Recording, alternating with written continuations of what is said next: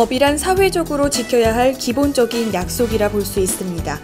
인간은 사회적 관계를 중심으로 생활해 나가는 사회적 동물이기 때문인데요. 이때 자연스럽게 따라오는 개념이 명예입니다. 사람의 인격적 가치에 대한 사회적 평가를 말하는 명예. 이러한 명예와 관련된 법률에는 어떤 것이 있을까요? 전문 변호사를 만나다 윤지혜 리포터입니다. 최근 이슈가 되었던 최희진 사건은 대표적인 명예훼손 사례로 꼽히는데요. 실형 선고를 받았음에도 불구하고 항소심을 준비하고 있다는 사실이 알려지면서 또 한 차례 파장이 예상됩니다. 오늘은 법무법인 한신의 전태진 변호사님을 뵙고 도움 말씀 들어봅니다.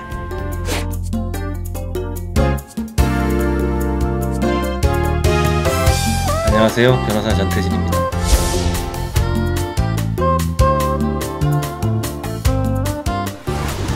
전태진 변호사님 모셨습니다. 안녕하세요. 예, 안녕하세요.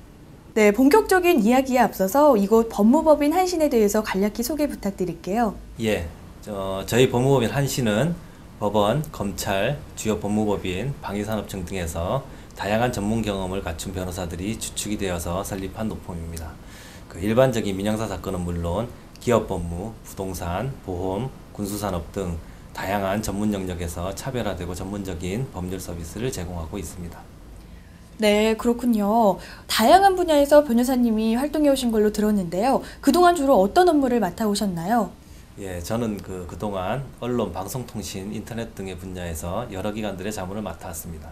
그리고 특히 명예훼손, 신용훼손 등과 관련한 언론 중재와 소송들을 많이 수행을 했습니다. 오늘 명예훼손에 대해서 도움 말씀 주실 텐데요. 명예훼손의 정의와 또 해당 범위에 대해서 설명 부탁드립니다. 명예훼손은 공연히 사실을 적시해서 사람의 사회적 평가를 저해하는 것을 말합니다. 이때 사실이라 함은 허위 사실은 물론 진실한 사실도 포함이 되고 사람에는 기관이나 단체, 회사 등도 포함될 수 있습니다. 개인이나 언론사가 명예훼손을 저질렀을 경우에 형사적으로는 명예훼손죄가 성립되어 처벌될 수가 있고 민사적으로도 손해배상, 정정보도 등의 책임을 질 수가 있습니다.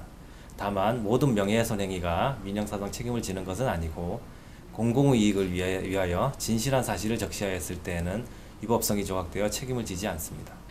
네, 그렇군요. 명예훼손에 대한 증명과 증거 확보 어떻게 이루어지나요? 예, 명예훼손으로 인한 책임을 묻기 위해서는 먼저 공연한 사실을 적시하였음을 입증해야 합니다. 기사나 출판물에 의한 명예훼손의 경우에는 그 증거 확보가 쉽지만 구두로 이루어진 경우에는 나중에 당사자가 부인하는 경우가 많기 때문에 녹음을 하거나 함께 들은 사람의 진술서를 확보하는 것이 좋습니다. 인터넷 게시글이나 댓글에 의한 명예훼손이 많은데요. 이러한 경우에는 쉽게 삭제될 수가 있기 때문에 해당 화면을 캡처를 해두고 게시된 시간을 확인해 두는 것이 필요합니다. 그리고 적시된 사실이 진실인지 허위인지가 특정이 되어야 하는데 허위 사실인 경우에 명예훼손의 성립 가능성이 높고 더 무거운 법적 책임을 지기 때문에 허위 사실임을 입증할 증거나 자료들을 확보하는 것이 필요합니다. 네, 최근에는 인터넷 명예훼손 사건이 증가하고 있다고 들었습니다. 이러한 인터넷 명예훼손 사건 어떤 특징을 갖고 있나요? 예, 기존 방송이나 신문 같은 매체는 일반인들이 접근하기도 어렵고 전파되는 데도 한계가 있었습니다. 그러나 인터넷은 누구나 쉽게 글을 올릴 수가 있고 그 내용이 순식간에 퍼질 수 있기 때문에 명예훼손이 더욱 쉽고 치명적으로 이루어지고 있습니다. 또한 가해자가 익명이거나 불특정 다수인 경우가 많고 IP 추적 등이 어려운 경우가 많기 때문에 가해자를 찾기가 더욱 힘듭니다. 따라서 인터넷에 의한 명예훼손이 있을 경우에는 조기에 전파 확대를 막고 가해자 확인과 증거 확보를 위한 신속한 대응이 필요하다고 하겠습니다. 네, 만약 이러한 명예훼손 사건과 관련해서 어려움을 겪게 된다면 어떻게 대처해야 될까요? 예, 언론기관에 의한 명예훼손이 있을 경우에는 언론중재위원회에 정정보도나 반론보도를 신청할 수가 있습니다. 이로써 해결이 되지 않을 경우에는 법원에 정정보도나 손해배상을 구하는 소송을 제기할 수 있습니다. 아울러 검찰청이나 경찰서에 해당 언론사와 기자를 고소할 수도 있습니다. 만약 아직 보도가 되기 전이라면 그 보도를 금지하는 가처분도 가능합니다. 만약 개인에 의한 명예훼손의 경우에는 형사고소와 손해배상 소송이 가능합니다. 인터넷의 경우에는 가해자에 대한 민형사정 조치와 함께 주요 포털 사이트, 홈페이지 등의 운영자에게 게시글이나 사진의 삭제, 특정 검색어 사용 중단 이런 것들을 요청할 수 있습니다. 예. 네, 오늘 변호사님께서 명예훼손과 관한 도움 말씀 주셨는데요. 마지막으로 명예훼손과 관련한 주의사항과 또 앞으로의 변호사님 계획에 대해서 한 말씀 듣고 싶습니다. 네, 언론 미디어 매체가 다양해지고 인터넷이 등장하면서 명예훼손으로 인한 피해가 급증하고 있는데요. 무고한 피해자를 막기 위해서 가장 필요한 것은 아무래도 사실을 정확히 확인하고 서로를 존중하는 자세가 아닐까 합니다. 그리고 명예훼손 피해를 입었다면 관련 증거 자료를 확보하고 신속히 대응하여 피해 확산을 막아야 할 것입니다. 저 개인적으로는 명예훼손 피해자들의 구제에 힘쓰면서 인터넷이나 뉴미디어 등 새로운 분야에서 명예훼손 피해를 신속히 구제하기 위한 법적 제도 정비에 조력하고자 하는 그런 바람을 갖고 있습니다. 네, 전태진 변호사님 도움 말씀 감사합니다. 네, 감사합니다.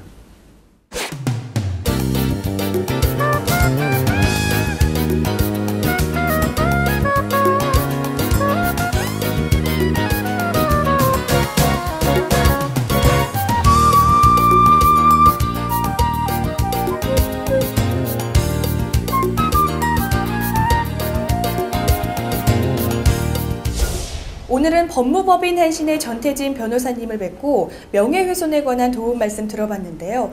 무고한 피해를 막기 위해 가장 중요한 것은 사실을 정확히 확인하고 또 서로를 존중하는 자세가 기초되어야 한다고 짚어주셨습니다. 신속한 명예훼손 피해 구제를 위해 도움 주실 전태진 변호사님, 앞으로의 활동 기대해 봅니다.